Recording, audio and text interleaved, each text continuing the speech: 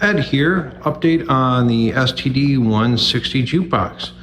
I have it basically together, but this is what's left of the other box. Out of the two, I ended up using pretty much half the parts of each. The mechanism, the amp, the power supply in there.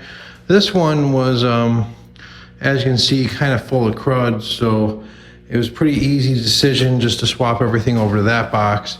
But I got piles of parts between the two, just sitting here. So I'm going to strip down and get rid of this other box. But after pretty much rebuilding this jukebox from scratch, show you this side.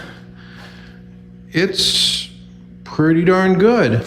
This panel, a lot of the rust polished off of it, and then this panel here, looking at the right, she still needs a little bit more work. It's having going through a squeal in the mechanism now, and some other issues. Now this is actually off of an additional jukebox. Now there's 3 jukeboxes worth of parts in here. This is off an entertainer, which all the trim is painted black, but I think this is aluminum and not pot metal. So I just been polishing this and with a chrome polish and steel wool, and now I've taken the paint off. You can see it's actually turned out pretty nice. Now the correct glass on the top here is a mirror one, so I may eventually rip this whole thing apart and redo it. I have not disassembled and cleaned between the glass and the translights on this upper door. Same for the lower door. I'm just running out of time and getting kind of tired. So I can take that whole door off and apart. You can see kind of the splotchiness of some soda or cleaning fluid or whatever spilled in there. On the left, this one, the top is okay. You can see kind of there's a little bit of fogging. That would clean up once I get this apart. The problem is all these joints have tar in them, holding the glass and everything together. I ended up taking the best of the plastic and the glass and the translights on the left side and did the same for the right here. And that's enough for one day, pretty much, you know. And I can't say it's all from one box or another, but having this parts box, which would have just been for parts, and then having this other box, which was complete, mostly complete, allowed me to make one good box. Now, something that's interesting, I don't have this locked back, by the way. Still fitting the door a little bit, needs to go left a little bit.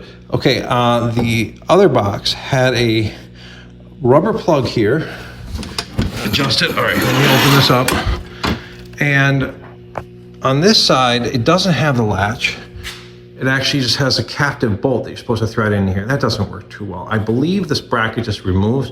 I'm gonna look at an entertainer tomorrow and just see what's supposed to be here. The other difference I noticed, that was one difference between the two. The other difference I noticed is here is kind of this plate, rather than just coming down to support this bracket, it goes all the way back in this one, whereas the other one, let me show you, it doesn't. See, it stops right there after that. I thought that was interesting. Another difference is this had a nylock on here, and the other one had a wing nut. The color of the fuse holder was different. Just some minor differences in the production run. Now this one is, of course, an amalgamation between both of them.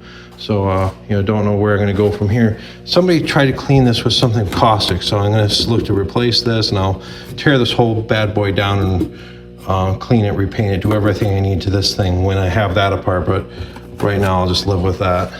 It's working. That's the important part. It just needs a little bit of tweak and records put in it. And so, as I originally said, my parts was the cabinet, which takes really the most time, the mechanism, which took a lot of time. That's a whole nother video, the mechanism down there. Then I got the selection system, which on this one I was lucky, ended up just being this black box I had to replace with a known good one. And then the audio system, you can see back there spinning with no records. You can see the cartridge needed new needles.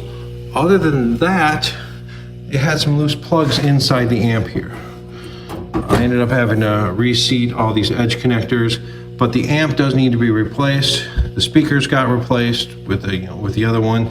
These tweeters, one of them doesn't work, so those got to get replaced still. So that's the audio system. Right now, it's working good enough to play music and go from there. So eventually, maybe we'll do some specific videos on repairing amps or on the mechanism. But right now, this is my STD160.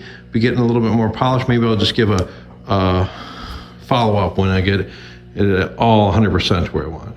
Thanks for watching.